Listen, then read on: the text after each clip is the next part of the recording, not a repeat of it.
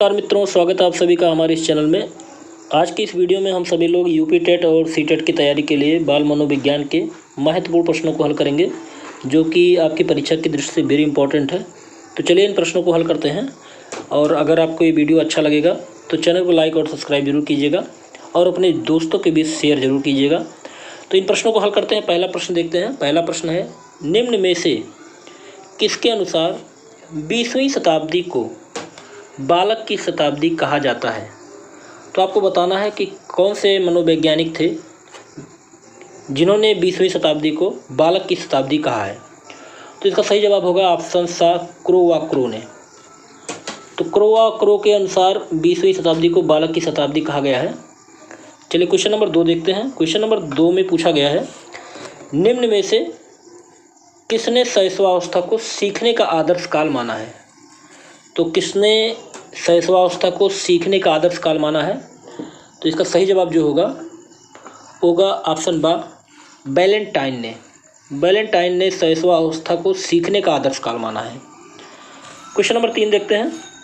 बाल्यावस्था में शिक्षा का स्वरूप निश्चित करते समय निम्न में से किन बातों का ध्यान रखना चाहिए?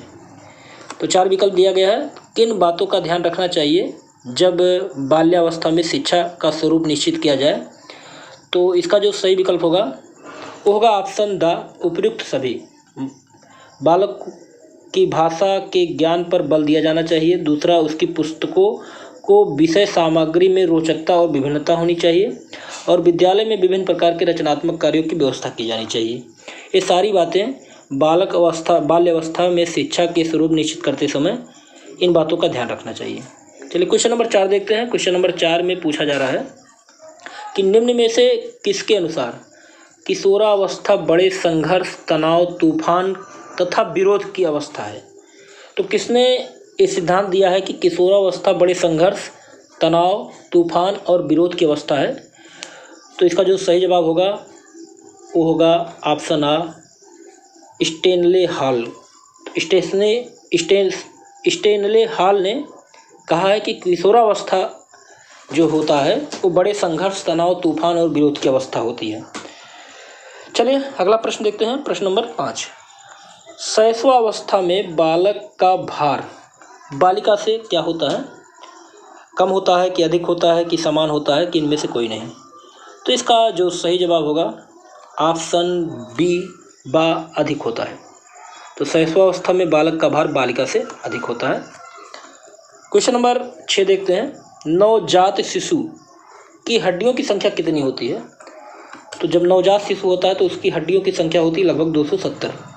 सा विकल्प सही होगा। क्वेश्चन नंबर 7 देखते हैं। क्वेश्चन नंबर 7 में पूछा गया, निम्न में से किस वर्ष में बालक के तर्क, जिज्ञासा और निरीक्षण की शक्तियों का पर्याप्त विकास हो जाता है?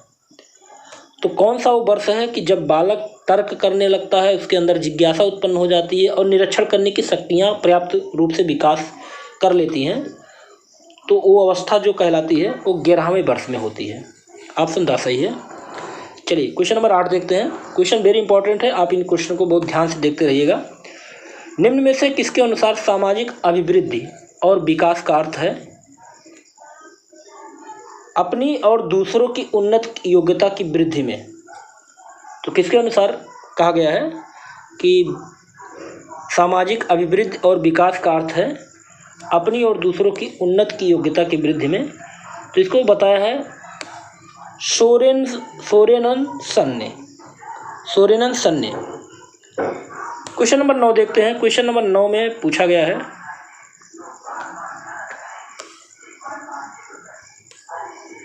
संवेग चेतना की वह अवस्था है जिसमें रागात्मक तत्व की प्रधानता रहती है।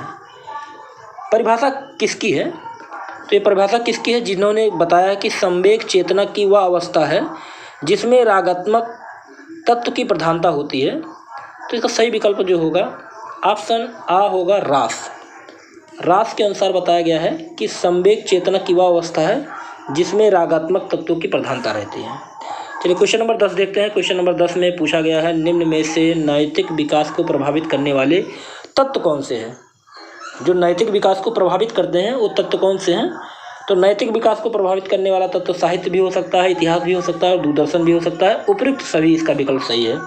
क्वेश्चन नंबर 11 देखते हैं। क्वेश्चन नंबर 11 में है किशोर और किशोरियों दोनों को अपने शरीर और स्वास्थ्य की विशेष चिंता रहती है। क्या ये सत्य है क्या असत्य है? तो इसका सही जवाब होगा सत्य है। किशोर और किशोरियों को दोनों को अपने शरीर और स्वास्थ्य की विशेष चिंता रहती है, ऐसा बताया गया है।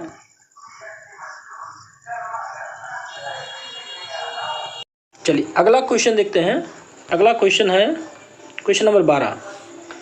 सृजनात्मकता वह विचार है जो किसी समूह में विस्तृत सातत्य का निर्माण करता है। सृजनात्मकता के कारक हैं सहचर, आदर्शनात्मक, मौलिकता, अनुकूलता, सातत्य, लोच तथा तार्किक विकास की योग्यता। ये जो परिभाषा दी गई है किसके द्वारा दी गई है? तो इसका जो सही जवाब होगा ऑप्शन द C.B. गुड के द्वारा। ये परिभाषा दिया है C.B. गुड के द्वारा। उन्होंने बताया है C.B. गुड ने कि सृजनात्मकता वह विचार है जो किसी समूह में विस्तृत सातत्य का निर्माण करता है। सृजनात्मकता के कारक क्या क्या हैं? साहचर्य है, आदर्शात्मक है, मौलिकता है, अनुकूलता है, सातत्य है, लोच है तथा तार्किक विकास की योग्यता है। तो ये परिभाषा दिया है C.B. गुड ने। चलिए क्वेश्चन नंबर 13 देखते हैं। क्वेश्चन नंबर 13 में है सृजनात्मकता की विशेषता क्या है? तो सृजनात्मकता की विशेषता जो है ये तीनों विशेषता सृजनात्मकता की है, उपयुक्त सभी होगा। सृजनात्मकता मौलिक अथवा नवीन हो, सृजनात्मकता कार्य उपयोगी हो, सृजनात्मक कार्य को समान रूप से मान्यता मिलनी चाहिए। ये सारे जो हैं सृजनात्मकता की विशेषता है। तो इसका सही विकल्प होगा ऑप्शन द उपयुक्त सभी। अगला प्रश्न देखते हैं। किस सिद्धांत का आधार फ्रायड एवं जुंग की धारणाएं हैं? तो बताइएगा किस सिद्धांत का आधार फ्रायड और जुंग की धारणाएं हैं? तो इसका सही जवाब होगा ऑप्शन नंबर आ मनोविश्लेषणात्मक सिद्धांत। क्वेश्चन नंबर 15 देखते हैं।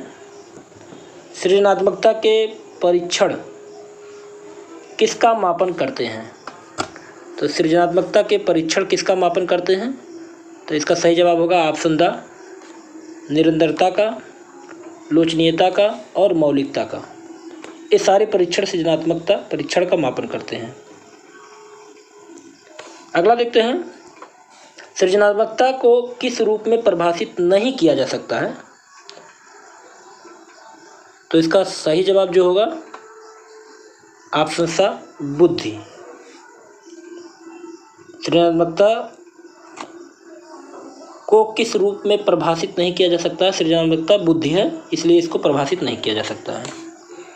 क्वेश्चन नंबर 17 देखते हैं। सृजनात्मकता व्यक्ति में होती है।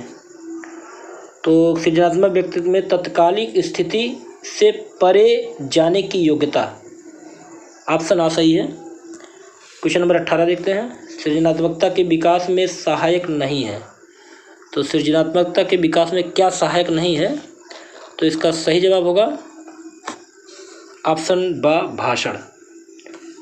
खेल सहायक है, हास्य क्रियाएं सहायक है, निर्माण संबंधी क्रियाएं सृजनात्मकता के विकास में सहायक होती हैं, लेकिन भाषण नहीं होता है।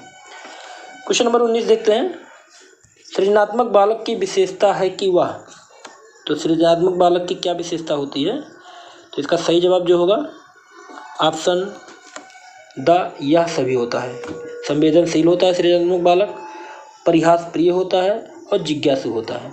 तो इसका सही विकल्प होगा यह सभी गुण होते हैं सृजनात्मक बालक की विशेषता के अंतर्गत। क्वेश्चन नंबर 20 देखते हैं। व्यक्तित्व के 3 गुण रजोगुण, तमोगुण और सत्वगुण का वर्णन किया गया है। तो व्यक्तित्व के तीनों गुण का वर्णन कहाँ पर किया गया है? तो इसका जो सही जवाब होगा ऑप्शन द योग शास्त्र में। योग शास्त्र में व्यक्तित्व के तीनों गुण रजोगुण, तमोगुण और सत्वगुण का वर्णन किया गया है। चलिए क्वेश्चन नंबर 21 देखते हैं। पर्सनालिटी शब्द की व्युत्पत्ति ग्रीक भाषा के किस शब्द से हुई है? तो पर्सनालिटी शब्द की व्युत्पत्ति जो हुई है वो पर्सोनल से हुई है, ऑप्शन बा सही है। क्वेश्चन नंबर 22 देखते हैं। व्यक्तित्व व्यक्ति में निहित मनोशारीरिक प्रणालियों की गतिशील संगठन है जो उसके वातावरण के साथ अनोखे समायोजन को निर्धारित करता है। यह परिभाषा किसकी है? तो ये जो परिभाषा है वो है आलपोर्ट की। ऑप्शन आ सही है। चलिए अगला क्वेश्चन देखते हैं, क्वेश्चन नंबर 23। किसके अनुसार व्यक्तित्व व्यक्ति के संगठित व्यवहार का संपूर्ण चित्र होता है? तो इसका सही जवाब होगा ऑप्शन आ डेसील। डेसील के अनुसार व्यक्तित्व व्यक्ति के संगठित व्यवहार का संपूर्ण चित्र होता है। क्वेश्चन नंबर 24 देखते हैं। व्यक्तित्व के किस पहलू का संबंध मानव की क्रियाओं से है? तो इसका सही विकल्प होगा ऑप्शन सा क्रियात्मक पहलू। व्यक्तित्व के किस पहलू का संबंध मानव की क्रियाओं से होता है? तो क्रियात्मक पहलू से होता है। क्वेश्चन नंबर 25 देखते हैं। निम्न में से कौन सा प्रकार मनोवैज्ञानिक है? तो कौन सा प्रकार मनोवैज्ञानिक है? तो इसका सही जवाब होगा बाहिर्मुखी। जो बाहिर्मुखी है वो मनोवैज्ञानिक है। क्वेश्चन नंबर 26 देखते हैं। क्वेश्चन नंबर 26 में क्रेचमर ने कितनी तरह के व्यक्तित्व बताए हैं? तो क्रेचमर महोदय ने 3 तरह के व्यक्तित्व बताए हैं। ऑप्शन सा सही है। क्वेश्चन नंबर 27 देखते हैं। सृजनात्मकता की पहचान होती है। तो सृजनात्मकता की जो पहचान होती है नवीन परिणामों से। ऑप्शन द सही है। नवीन परिणामों, सृजनात्मकता की पहचान होती है नवीन परिणामों से। तो यहीं पर हमारा आज का एक प्रैक्टिस सेट समाप्त होता है। आपको ये वीडियो कैसा लगा? अगर अच्छा लगा हो तो लाइक और सब्सक्राइब जरूर कीजिएगा। अगले वीडियो में फिर मिलते हैं, तब तक के लिए जय हिंद।